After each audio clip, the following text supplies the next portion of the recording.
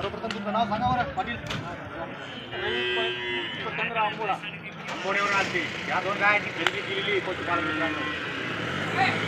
2,30,00,000 रुपये गाय दिलेली आपल्याला.